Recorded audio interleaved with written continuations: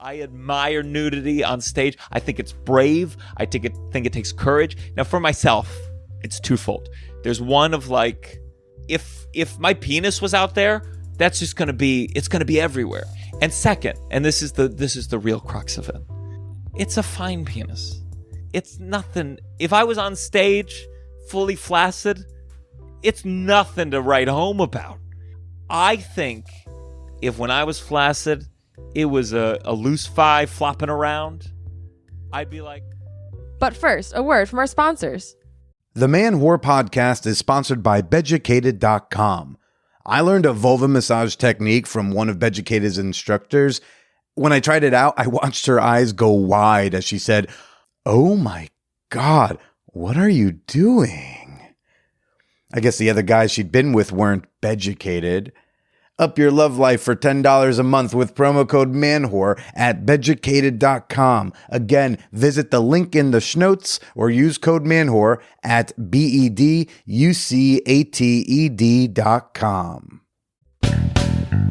Welcome to the Man Whore Podcast.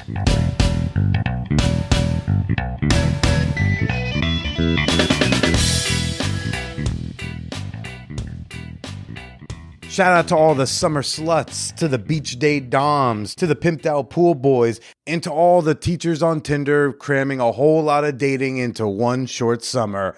This is Billy Procida, and you're listening to the Man Whore Podcast. I feel like there's a lot of R&D, a lot of research and development for educators come summertime, no? I feel like that's when you're getting a ton of your first dates in as you audition who you're going to fuck consistently come fall. Who's got time for all these first dates when you got spelling tests to grade, right? I don't know. Anyways, welcome to the show if you're new. Welcome back if you're not. This week's guest is comedian Gianmarco Soresi. A lot of talks about boners and anxiety and masculinity. We had a fun one. Looking forward to sharing that with you in just a little bit.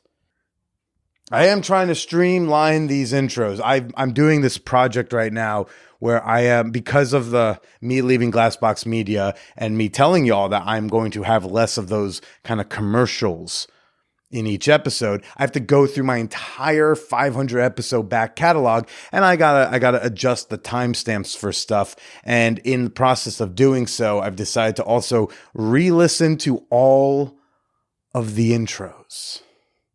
And where necessary, just tighten them up, just, clean things up a bit. There have been some monologues where I've definitely cut like 10 minutes out, and it's not like I'm cutting out bad takes or,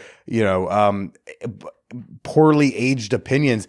I'm just taking out like 2 to 3 minute descriptions of how a comedy contest works. I don't think anyone needed that. A lot of fluff in my intros, I noticed. This right here, right now, is borderline fluff material. I am observing some interesting things listening to 24, 25, 26-year-old Billy Procida. I'm curious to hear what years like, 4, 5, 6 start sounding like, because I think somewhere along the way, before I ran into Wallet Note Lady, I lost track of what it has been I've always wanted, which, if you're new here, is like a long-term committed romantic relationship where we write little notes to each other or, go on date nights, and we have the other person's mother's phone number so you can text her mom about her sometimes, get inside jokes with the family members that you kind of hope will be in-laws one day. And I want to look at both of us, and every once in a while I'll be like, okay, but now what would a baby version of our two faces look like? That's what I wanted back then. It's still what I want now. Somewhere along the line, I think I lost track of that, which I think played a little bit of a role into what happened with Wallet Note Lady. But it's just real interesting as a 34-year-old man to hear, a 25-year-old version of myself. I also used to get a lot more advice questions.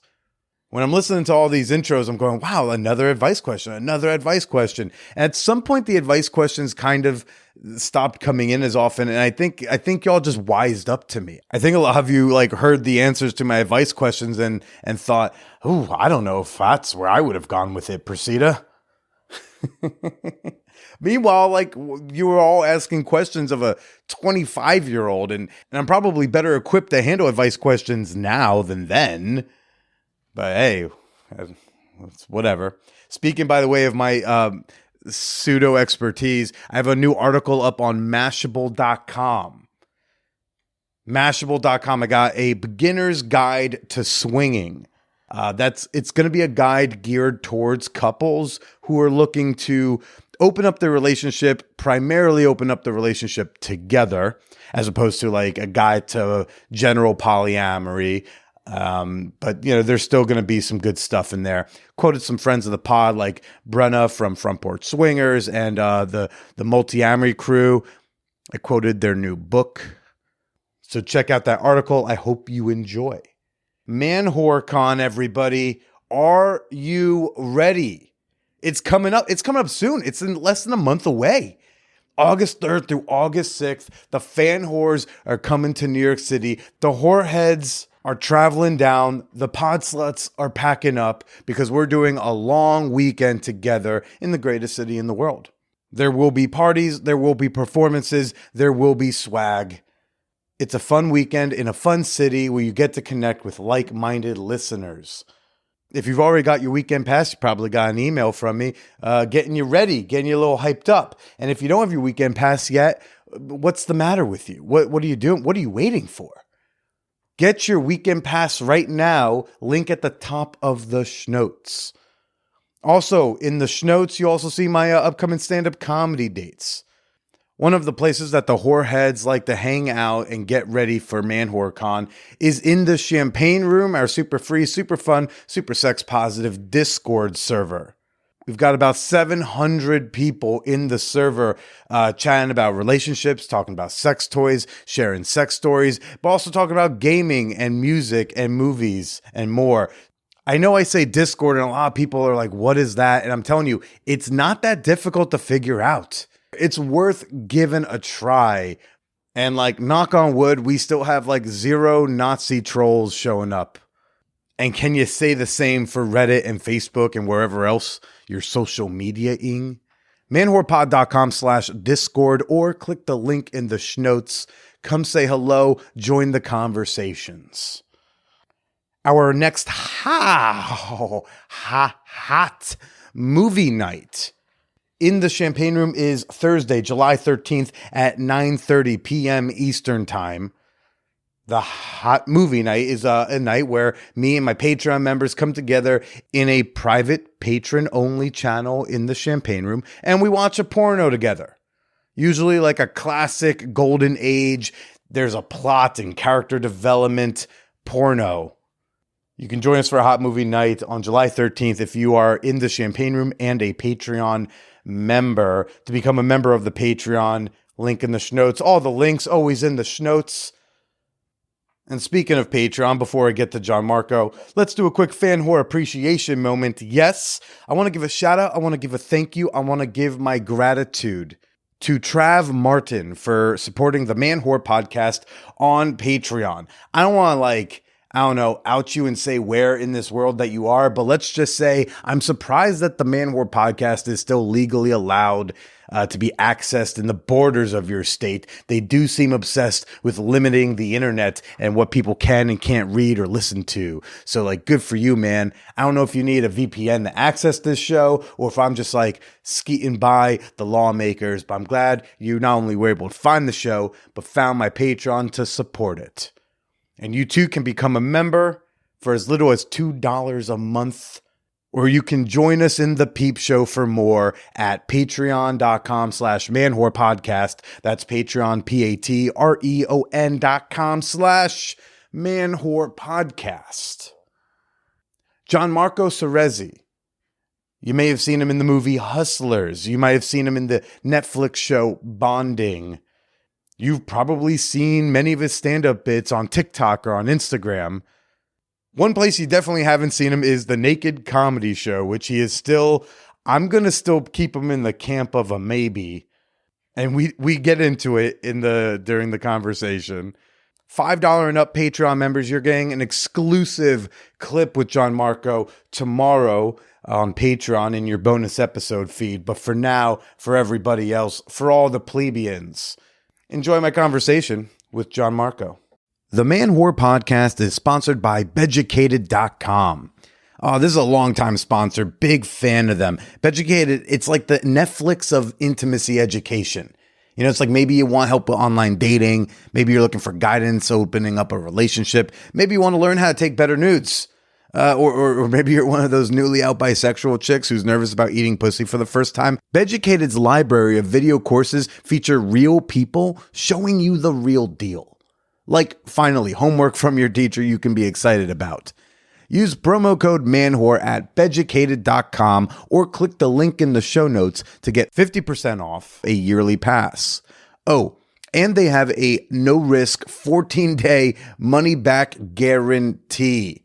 In just one video from one of the courses, I learned a vulva massage technique that has blown some people's minds. Gain new skills to bring to the bedroom and your relationships. Visit Beducated.com and use promo code MANWHORE. That's promo code MANWHORE at BEDUCATED.com. It's like educated, but with a B, because it's sex stuff. Spending some time reconnecting with nature this summer? Here's a camping hack from LL Bean to make your next trip the best yet. Tired of your tent mate's flashlights shining in your eyes in camp? Bring an empty half-gallon milk jug or clear water bottle. Simply strap a headlamp around it, and it becomes a soft white lantern for everyone to see the light. For more camping hacks, visit youtube.com/LLbean. LL Bean. Be an outsider. I had a mattress on the floor for a long time. Terrible, man. Better for sex than a shitty IKEA bed frame, though. I'll tell you that. Yeah, but the presentation, I feel like she leaves there feeling way dirtier. I really do. There was a thing where I liked a mattress on the floor. There's something felt good about it. Wasn't because I liked it. I mean, I just was being lazy and sloppy. Yeah. But something about like at the end of the night being like, I'm going all the way to the ground felt cool. And get a low bed frame. Like a real low bed frame, but just there should be wood involved. Sure. There should be wood involved. I feel like, I'm sure they would disagree, but I feel like I had some good sex on that mattress on the floor. And then I got this IKEA bed frame where you're like, and I'm not doing anything crazy, but I'm like, this is gonna break. This is gonna break. Don't speak lowly of yourself. Gianmarco, I am Gianmarco Soresi. I am sure you do some serious damage. I am fine. I believe in you. I am fine. I think when I was younger, I always was like, I used to think, I'm really good at eating pussy. And then as I get older, I think I'm fine. I think I'm fine. I think I'm fine at all of this. I don't think, why would I be excellent at it? It's not like I'm training. Yeah. I'm just doing it occasionally. If this was any other thing, I'd be like, well, you got to put in some more work. You want to get good at this. I think I'm fine, and I'm fine with being fine. And that's the ego one should have, who is more than fine. Sure. That attitude makes me think that you are more than fine, but like this is where the check should be at. I think I also don't think like you're good at complimenting yourself on anything, so sure. I think that is another No, I say sign. I'm much better at stand-up comedy than sex. I never needed to switch hands to make a woman laugh. Yeah. I think like, I know I'm not like selfish. I think some guys set the bar so low that, I was at the Kennedy, it was the museum 6th floor book repository. It's where Oswald positioned himself to kill Kennedy. Okay. And I just think about Kennedy. He fucked Marilyn Monroe and everyone wanted to fuck him. But they say that Kennedy was like, he would just come real quick and that would be it. Yeah. And it's funny to think of this person who was like, people wanted to be him. He had sex with like the star. And at the end of the day, though, if you were to see the sex, it was like bad. And it's funny to think of these people who do get to, some fantasy. I'm sure every guy's fantasy at that time was like, I want to fuck Marilyn Monroe. And this guy did it, but like he did it so poorly. And maybe she wanted to fuck Kennedy, but the actual fucking, that actual thing, the thing in of itself was bad. It's hard to tell. I feel like I think I do not know which of my friends is good in bed and which is bad. I just don't know. Well, I know for a just couple don't at know. least because I did a whole episode where I invited them on to go down on a friend of mine. So I got like audio. I remember seeing that and thinking, did you see that like, post? I remember that very specific post because I thought like there's a world in my head where I'm like, oh, that would be so cool. I mean, that's a weird word to use, but like cool to do. And then I'm like, I have chosen to not have that life. I mean, I don't need to explain to you the complexities of when you are open about sex, let alone show yourself having sex, the ways it can limit your professional life. That's why I like to say, because otherwise I'd have to actually analyze my material. So I like to say it's the sex thing. Sure. But it's like, it is obviously not fair, and it's obviously, I mean, I align with all the progressive positions when it comes to sex work and the insane hypocrisy. But I don't see that hypocrisy going away anytime soon. Right. So you know what I mean? You're like, oh, you're right, but I'm not gonna fuck my shit up right now by getting involved. That's one. I don't see Marvel hiring Sasha Grey for a superhero in our lifetimes. She's still acting? I don't know, but like there is a lot like more OnlyFans. I mean, Michael B. Jordan made an OnlyFans showing some serious root. So it's like, you know, What root you mean? like, you know, like the very bottom of the shaft. Really? Like you see He showed root? He showed root. I mean, I'm surprised. Like it, like waistband down enough, like you see root. And I'm just like, okay, Bella Thorne's out there, like, you know, posting almost topless. I don't know. I feel like that part of it is coming into a little more balance. It's getting there. I think what's so funny is there's a comedian. I won't name him. They're not like in the stand-up scene per se, but their whole brand is like, I'm naughty, I'm dirty, I do drugs, I like ooh, you almost saw my Is puss. this a man? And no, Okay. it's a woman. But there's a degree where I'm like, no, you're not. I'll show you people who are fucking dirty. They're fucking getting double penetrated on the internet. There's such a like funny like, I'm a bad, and it's like, we know you're not. There's people getting cum on their face and they post it on Twitter. Like, you are, this is nothing. I will believe we have reached a real inflection point when public porn stars, you have to join the OnlyFans to see their tight five. That's when I know, oh wow, we've really changed the society. You're more the thing you don't really want getting out too much is your stand-up. Mm-hmm. Well, I mean, so wait, why Michael B. Jordan showed some setup. You watch the video, you see a little bit of a setup. Well, is any of this the reason why you're hesitant about doing the naked comedy show? I say hesitant instead of a hard no. No, sure. Well, again, in theory, I would want to do it. I think way back, I reached out to, I don't know if you told me, someone did a show at a nudist colony, and I was down. Oh. I did naked yoga a couple years ago. Okay. I remember an acting class. In acting class, I was in an acting company in Philly, and you do these exercises where you try to be like private in public, essentially. You try to show like how you actually behave with people watching. That's like the goal of the acting. And like I got naked in class changing, and like it was a big acting challenge because it was like, can you take off your underwear and put on a new pair of underwear as you would if you were in private, as opposed to too slowly.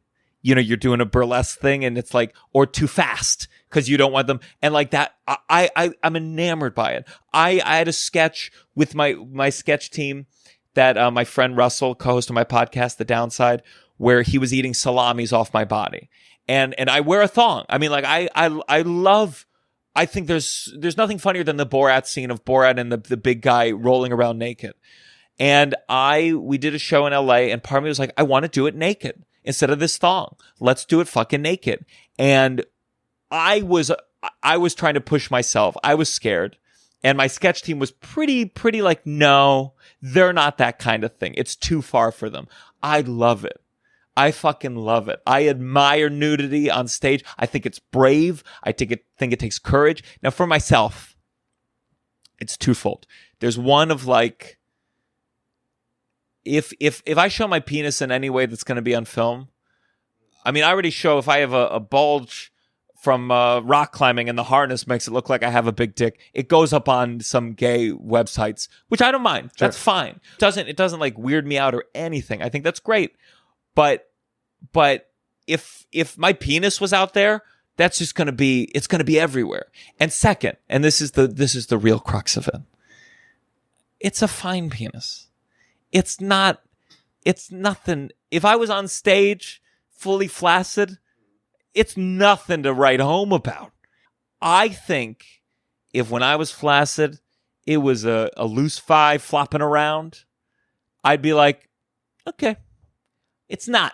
But like almost no one's got loose 5 inches flopping around. But we all know flaccid, like sometimes it's a good flaccid. Sure. And sometimes, and I don't know, sometimes it's the weather. A post-cum flaccid is great. Oh, post-cum flaccid is great. Love a good, I like having, or actually mid-jerk and then I stopped, let it come down. You got a good hang. That's a good flaccid. I've always thought, because this is back in my acting days where I really wanted to be like a real honest actor. Part of me was like, well, if I'm naked in a thing, I don't want to fluff up because that's not real.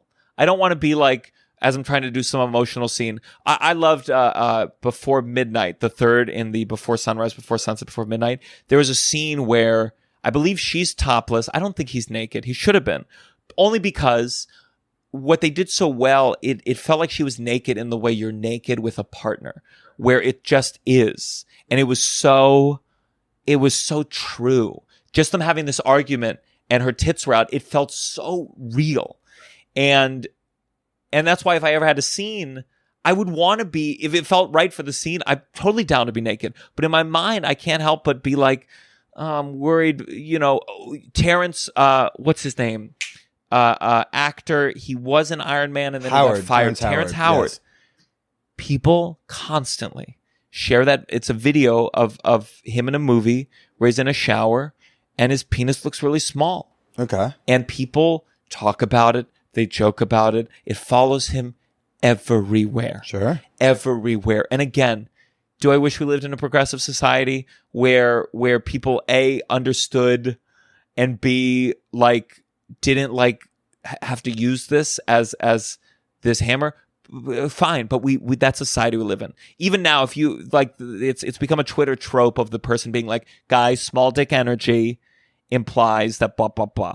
Even in my head, I'm thinking like, talking about this, people are going to think I have the tiniest penis in the world. Again, like my sex, average. Everyone, it's average.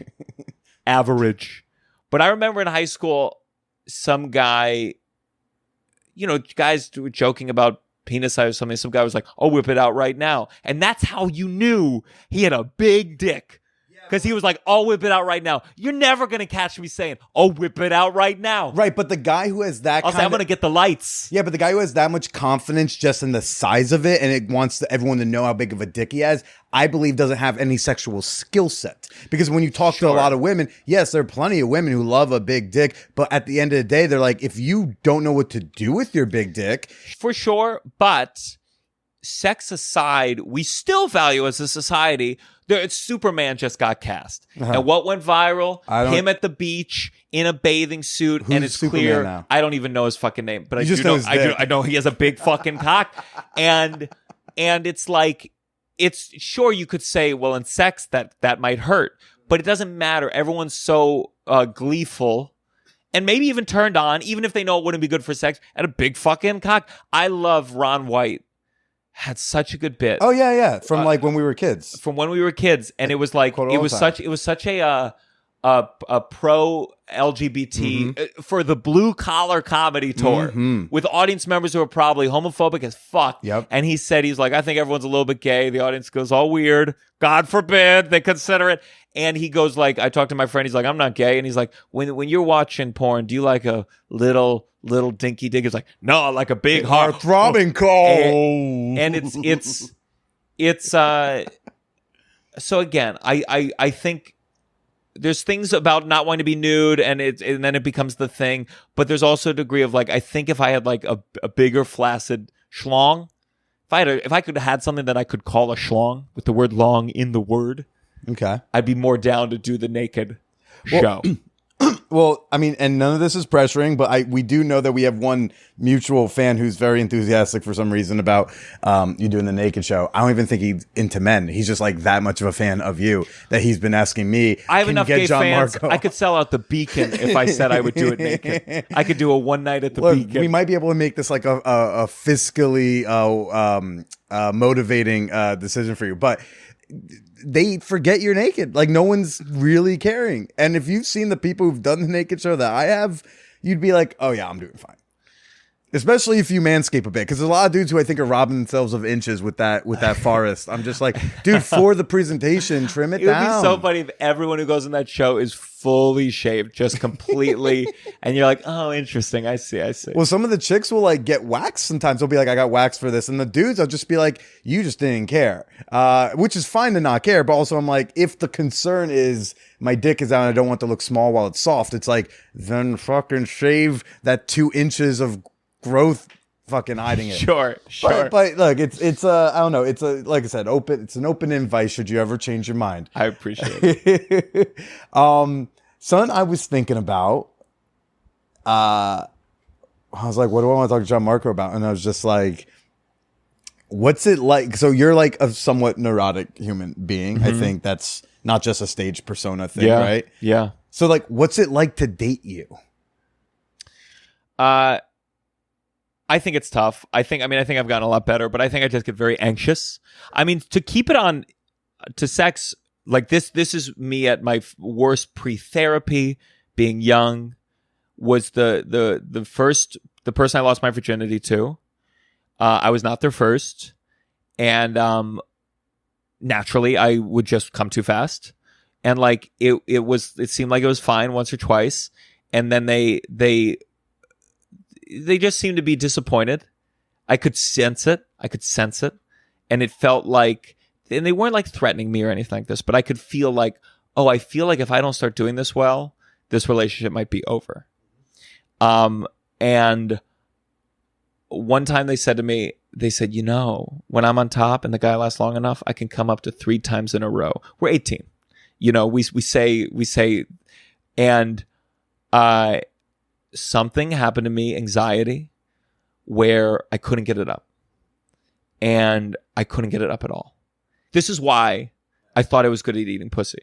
Because at this time I ate pussy like my relationship depended on it. Because it did.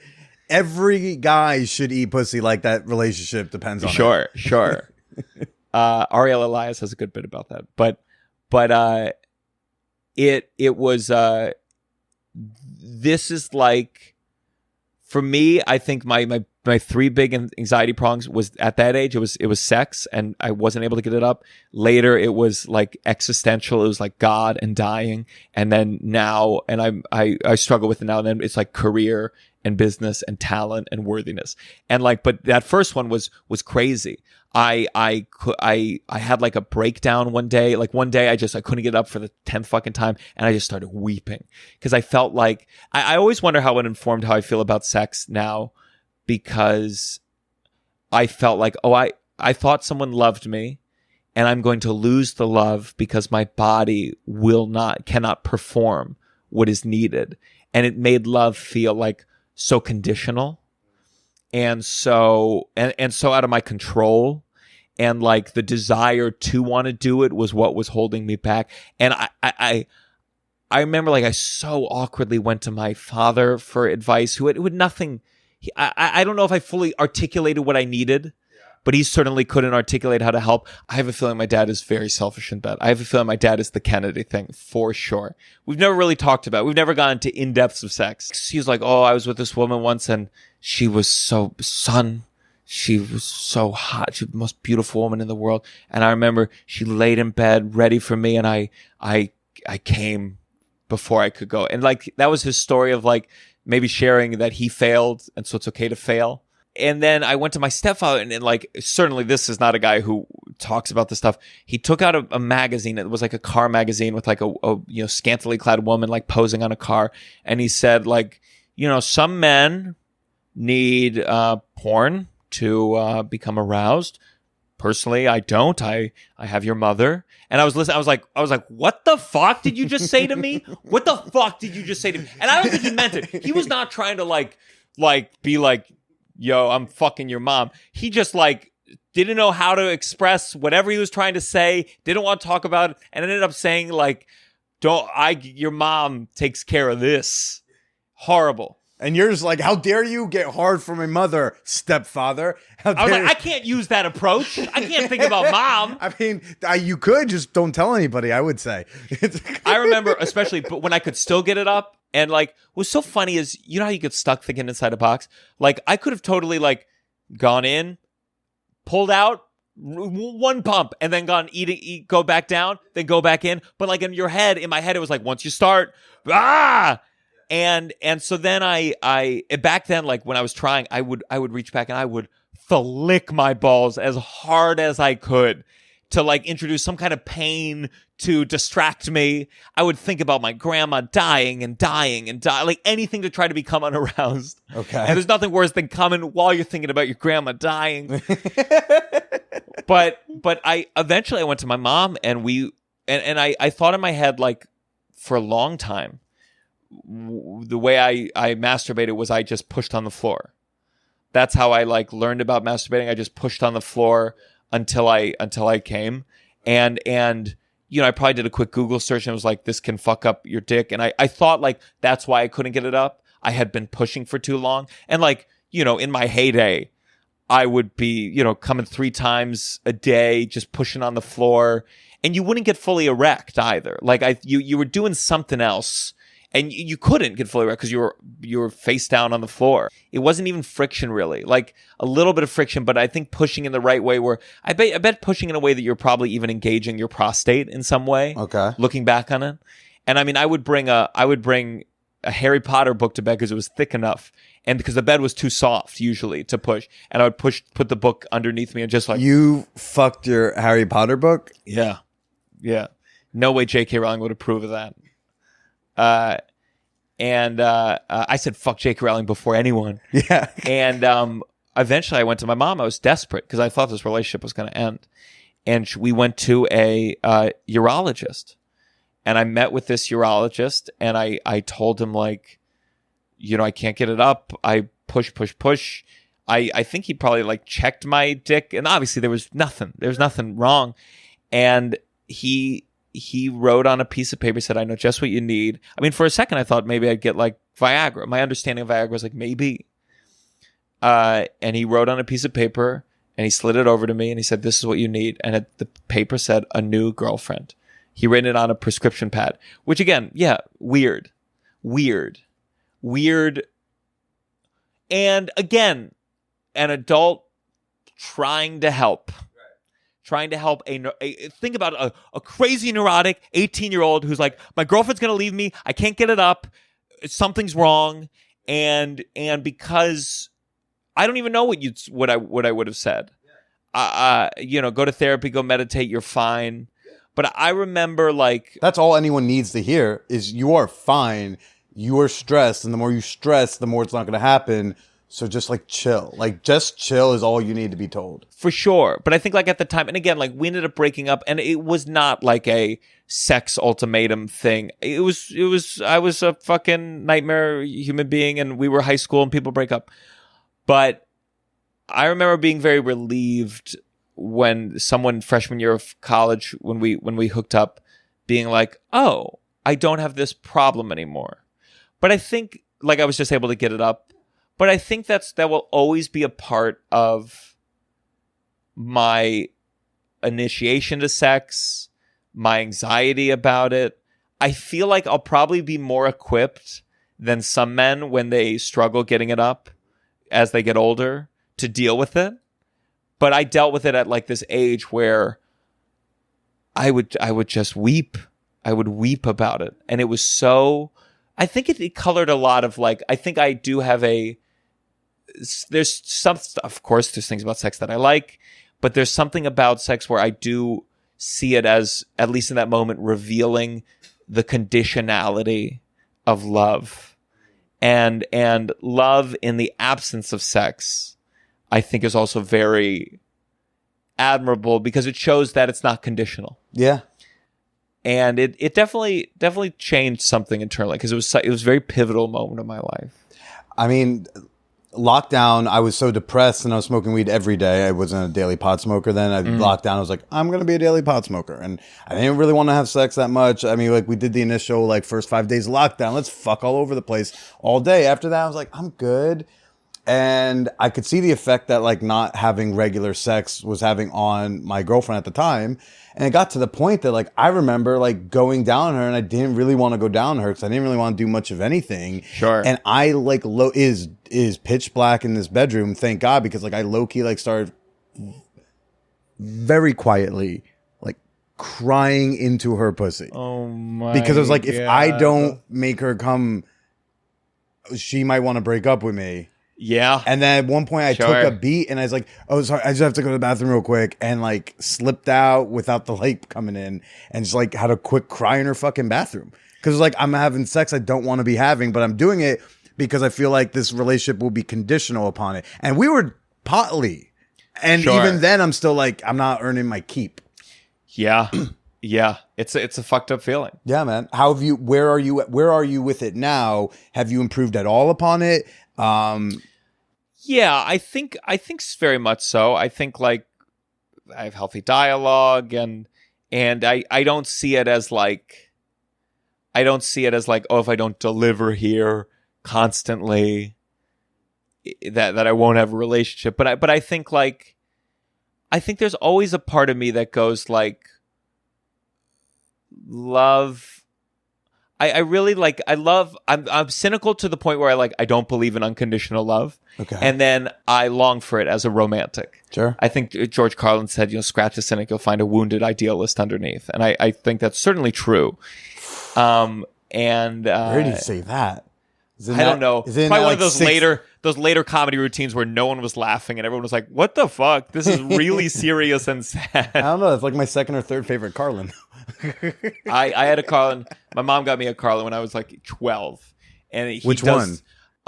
It's the one where the setup for every track is like, here's a group of people who should be shot through the head with a nail gun and then set on fire until their kids kill themselves from the screams. Yeah. And you're like, oh my God. But I don't know if it's that one or a different one, but I just remember being at an age where like I was scared of dying and I wanted to believe in God, and him being like, there's no God. There never was a God. There never will be a God. It's done. Put. And just being like, oh God, what the fuck? This is not what I need to hear. You said like you have like healthy dialogue. So like tangibly, like what does that look like? I just think it's very much just, I think I've always been like, I really struggle to talk about sex. Mm-hmm. It makes me feel really, it always feels like I want sex to operate. That's why I told earlier, like the idea of like middle of the night, waking up, kind of groggy, stoned. I think it releases me from like whatever my feelings of, and I don't think sex is dirty from a religious perspective. I didn't have it, but there's something about it that I'm like,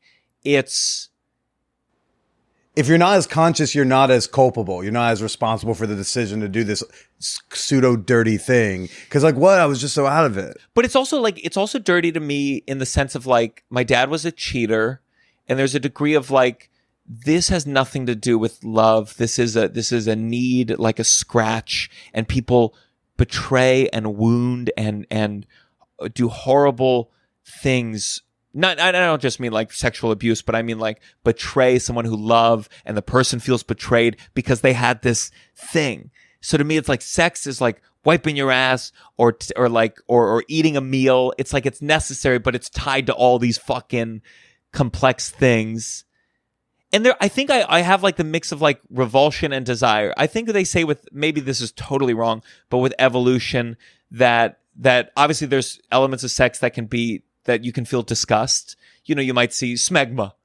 That's like, what is that? Whatever's left over from anal sex, whatever mix of mucus. No, I think smegma, I might be wrong. I think smegma is like the kind of cheesy stuff with foreskin.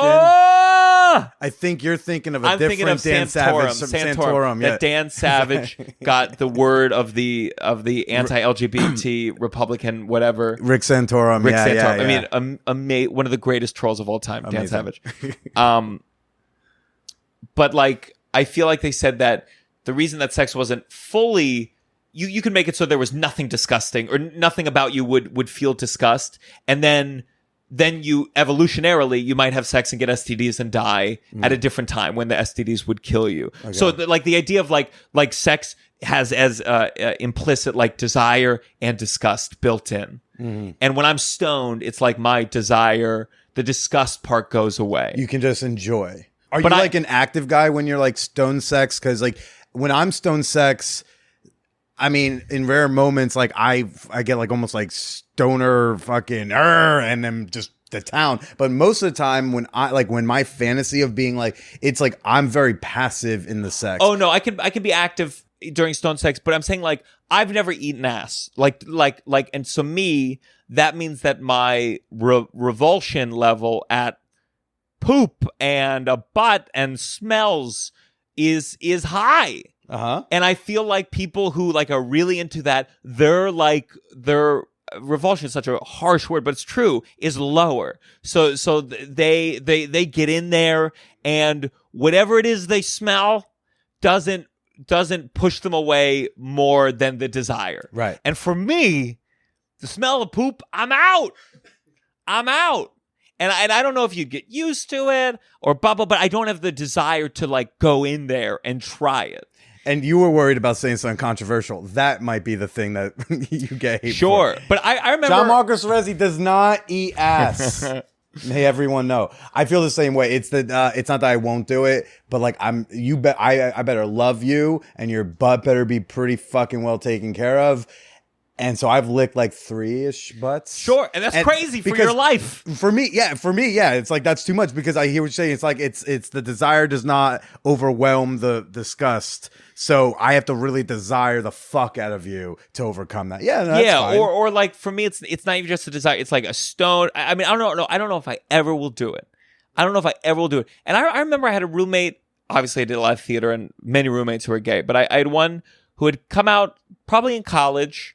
And they told me they really were struggling with having anal sex with someone they were with. They basically said they tried it once, and they remember seeing the person's poop on their like a little bit of poop on their condom, and like really, he was so revolted by it. And I don't know what he found in his life. Maybe he found like, maybe he got over it. Maybe he found someone it didn't matter. Maybe he's like, I'll top. But we need a real cleanse because I struggle. I don't know. That's his journey. But it's like to know that I think everyone just has these different ranges. Sure. And I hear guys who are like, I fucking love to eat ass. And I'm like, that's crazy to me. Yeah. Can't relate. Crazy to me. So then what is the role of like this desire, repulsion situation? Like where's that play into your current sex life with your girl? I think it's just like oh God, it is tough having a girlfriend. Tough having a girlfriend doing podcasts. Yeah, to a degree. Like, because I'm very much like I literally want to talk so fully transparently, and there's nothing bad about it. But I think it's just like a degree of like with all health to make it slightly more vague. It's like. It's just about communicating like, okay, I love having sex stoned. I like to get stoned. But especially with like my work schedule, like sometimes you can't just have a stoned night, and you got to be like, okay, explore doing it at this time of the day. And so that's more, I think, what it is. It's just like just trying and communicating, and it's good. It's good, but it's like I remember I had a long-term relationship before where there was just no communication, and I think I was so I went through long spells of being single. I'm not very social. I rarely would like ask a woman out. Like a woman really had to like come on to me for me to feel comfortable. I was not taking swings at all. Right. No, well, I have a feeling like with all the, I don't know, I forget when you started doing the beard, but I feel like you get a lot thrown at you. I feel like I don't ask women out as they pile onto me after shows. I think like, first of all, I mean, if you wear like a V-neck like during a set, I feel like you get some. Well, sure. With comedy, it's different. But it's also like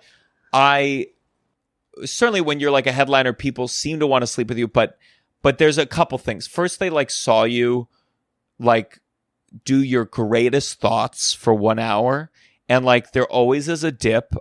Before my relationship, I had a couple like after the show, audience member came up and we hooked up, and like there's a couple problems with it. Like one, they just saw the best of you, and everything you're going to say now is not as going to be as tight and punchy as what they just saw.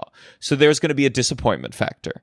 You finish a show, I think in the fantasy it'd be like, let's go right now. No, you got to go to another bar. And for me, I'm tired. I'm done.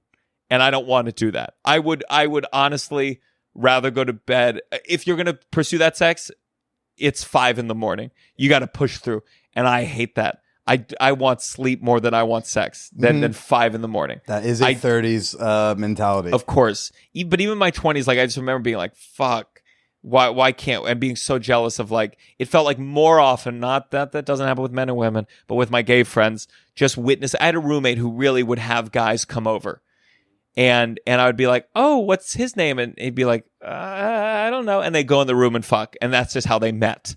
And being like, wow, I don't see how that's possible in my life. I wanted it, but I didn't like people, and I struggled. I went through but the point is this. I maintained just like the same way when I was a kid. I would take care of myself, and that was my life. And even like my first major relationship, I think I didn't change to incorporate my partner to be a part of my sex life. I think I was all about like sex for me was about emotional maintenance. And I feel like I've matured in a way where it feels like it's part of the relationship and part of the communication, and it's good. It's good. Anyone asking, got a good sex life with my girlfriend. And the boners, they're showing up more often. They're showing up. You're chilled about it. I'm chill about it, but like you see all these ads for Blue Chew. Yeah, I've done those ads. I worry. Like it seems like it would be fun to do to just be like, I'm rocking. I'm 100%. But I feel like the same way when I introduced sleep medication, and now there's sometimes I cannot fall asleep without that sleep medication. I worry about the dependence on that shit so much. Yeah, you definitely want to, unless you like medically, like you physically need it, you definitely should not like rely on it. But I think like I keep like a little bit in a drawer for like certain situations. Like I haven't told them what happened yet, so they'll have to wait. But like I was supposed to have a reverse gangbang last Friday because of course. A reverse gangbang? I say not just normal gangbang because by the definition of gangbang, there's a central person being penetrated by multiple penetrators. Okay. But this would be me like penetrating multiple women. That makes sense. I know the audacity. What a life you live, man. I know. I'd rather have more spots though. I'll be honest. So if I could like live the life of being like, if I wasn't in a relationship, but I mean like it would be fascinating to me. It'd just be fascinating. I will switch when you're ready. If things don't work out, which I hope they do, because she's lovely. But if they don't, you want to switch, I'll do your spots.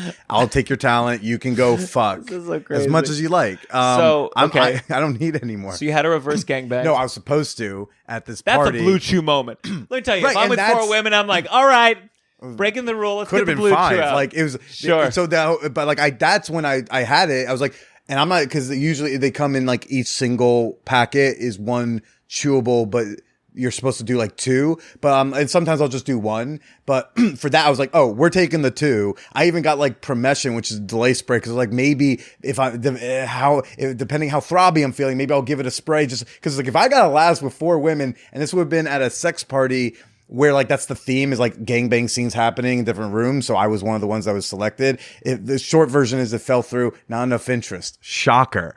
Okay. Uh-huh. But like I was, hey, if you want to try to make it happen for me, great. But yeah, so like I'll do Blue Chew then, or if like I know we're doing like a threesome night and it's with like someone I haven't had sex with before and I'm going to be a little less comfortable. Okay, that might be a Blue Chew. Do you always night. tell them or do you not? I don't think I usually tell people, hey, I'm taking the Blue Chew. It's just like, how long does it take to Like about usually, I think they say to take it about a half hour before activity. But again, remember, like this is not stuff where like you take it and you're hard. You have to still be aroused. So even if you're still super fucking stressed out and you stay stressed out, it will not work. Even if you take that shit, you have to let yourself get a little relaxed. But so I'll do it in like a high pressure sexual situation. Sure. Or I did use it to kind of like trick myself psychologically. I was like not getting hard with this one specific person who is super hot, have a lot of fun with. And for some reason with her, I would like get nervous. So like 3-4 times in a row, I was like just not getting hard with her. Or I was like batting like a third of the time. So I was like, I'm going to take 2 Blue Chew before the next time we hook up. Great sex, fun. The next time I was like, I'm going to take 1 Blue Chew. Did that. Still work fine. Then after that, I was like, I'm not going to take any Blue Chew. And then I was like, my brain had been tricked enough to be like, no, I am fine. I am good. Relax. And now I can get hard and fuck this person. I just wonder if when I was at that age where I couldn't get it up, if I would have like, I was very drug adverse, so I don't think I would have, but it would have been so like, if you told me there was this pill I could take and it would solve the biggest problem of my universe. You just need like a positive you just need like a loop of positive reinforcement. You need to get hard a few times and know that works. And then you could probably be like, no, I'll just take the 1. Oh, it still works. That's great. And then you could be like, let me just try not. And then you'll probably be fine. And then you're like, oh, it all works. You just need it. You just need to get the ball moving. And then you got momentum. Yeah. I hate the ads for Blue Chew though. Like I saw, the comedians do them all the time, but the way they do coy, they're like, this Blue Chew, if you're looking for a hard night, ooh, like it's this coy shit where I'm like, I'd rather have someone be like, so here's how Blue Chew works. Makes your cock hard and last, like, I just want the facts. I hate this like coy. I hate the coy. I hate a lot of the ads I see. Obviously, sex toys, they promote a lot of comedians. And that's fine. But the ad where they're like kind of flush and they're like, this one is a wild ride. I'd rather hear like, this one, it does this. Yeah. It does this sucking motion. It does this. And so often it's not even that great a toy. They're like, oh my God, this is wild. I was like, yeah, if you don't know vibrators. But I'm like, sure. Like you could show me a thing. I'm like, I don't think that's very good. Or I've read, like, I know the different ones. I know which ones are more powerful and which ones are cheap and they're just trying to, no, thank you. But I know I don't know enough. You know why you don't hear an ad for the Hitachi magic wand? You don't need to. Word got around. I certainly, I know, like sometimes I'm like, man, I don't know anything about the vagina because I'll go to sex stores and I see some of the toys. I'm like, what is that? What will you do with that? The thing that looks like a bug that's, and I'm like, and it's like the Wii vibe. And I'm like, I don't even know. I feel like I'm going to put this on here. She's going to turn into the Blue Beetle. Yes. Like, yes. If you had to like sum it up in like one thing, because you do have a great podcast called The Downside. What is the downside to dating Gianmarco Soresi? I get it. All the friction from the chest hair. I get it. Yes, that's. I mean, I think I'm a very classical narcissist. I think I'm self-aware, and I like to believe that after many years of therapy and analysis and thinking about what I want and having people who I'm close to, I have combated it and pivoted it. And I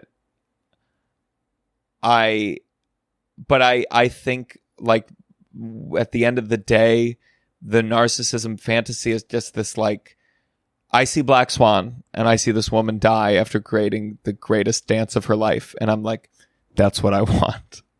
And I don't want to die. I never want to die. But like my desire for like feeling like I am creating this great thing and I am the mover and the shaker and I'm worthy is very strong. And I think my girlfriend has been very patient with me, and you know, we both have our problems, but like through like couples counseling and through like, I think without her, I would still be so crazy workaholic that I would find myself, especially at this age, mid-30s, feeling like so deeply lonely and depressed and maybe a little bit more successful, but like just lost and empty. And like she has, and doing stand-up every night. Like she is the one who who, we kind of an impasse of like, you need to take one night off a week. And it was like impossible back. It felt like I was slipping and it was awful. And now I can take 2 nights off to see a friend and I feel okay. And like, that was something she chipped away at. And but that's the real downside. I don't think I'm an asshole. I don't think I'm like mean. I do care about hurting other people's feelings, but I am a narcissist at my core, and just like my father. And I can change and I can be generous, but like you have to be aware of what you are to make it to make it okay. You can't pretend you're not. And I would never pretend that I'm not. I identify with that word. I know what that word means, and I know that's what I am. But at the same time, maybe you're just a bit self-centered, because the true narcissist wouldn't say that they're a narcissist, because they're like, no, I'm actually that great. I do need to focus. I am the center because like I just happen to be the center. You know as much, sure. Which is what when I started with, I was like, and that's how I know you're probably rocking in bed because of how much you downplay. You're very wise, and we set low bars. We overachieve. It's a thing I dig about you. And Gianmarco, where can people go to find you, follow you, check out your stuff? Yes, find me everywhere online at Gianmarco Soresi. My podcast is called The Downside. I love it very much. It's worth checking out. And I'm on tour. I tour. I'm pretty much gone every weekend, touring around the country, around Canada, Europe in November. So just find me. Find me online and, sign up for the email list, the text list, or I'll just post about it and come see me live. Very cool, man. Well, thanks for coming on. And why don't you go ahead and say goodbye to everybody? Goodbye, everyone. Even if you're soft, that's cool. There's so much to life. Or otherwise, just take a Blue Chew. And please hire me Blue Chew, because that's the kind of ads you're going to get from me. Real honest. I'm going to say, listen, you're soft. It's fine. You want a rock hard cock? I'm not going to play coy with you. Take it. Whatever. Obviously, the ad read's going to be Blue Chew. There is no downside. Is that me coming on the podcast? I think that's me farting at my terrible ad read idea.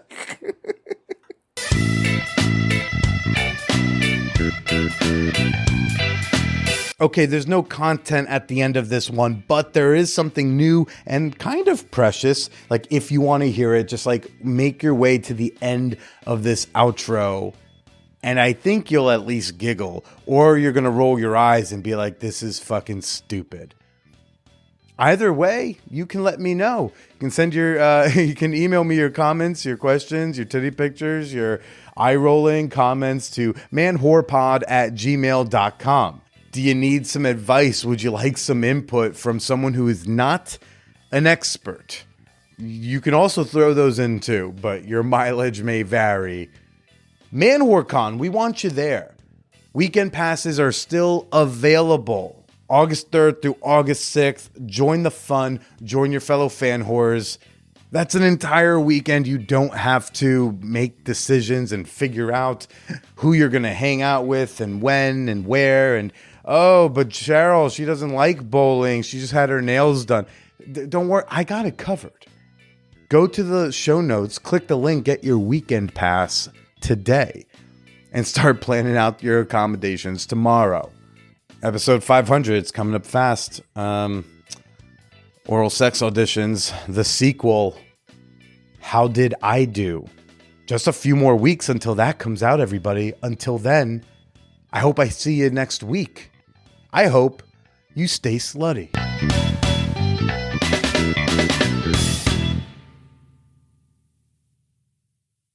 In the arms of the angel. Did you enjoy what you heard? For 7 cents a day, you can feed an indie podcast host. Support the show on Patreon for behind-the-scenes content, bonus episodes, Discord benefits, and the ability to brag at parties about donating to the arts. Join now at patreon.com/manwhorepodcast. You're in the arms of the angel.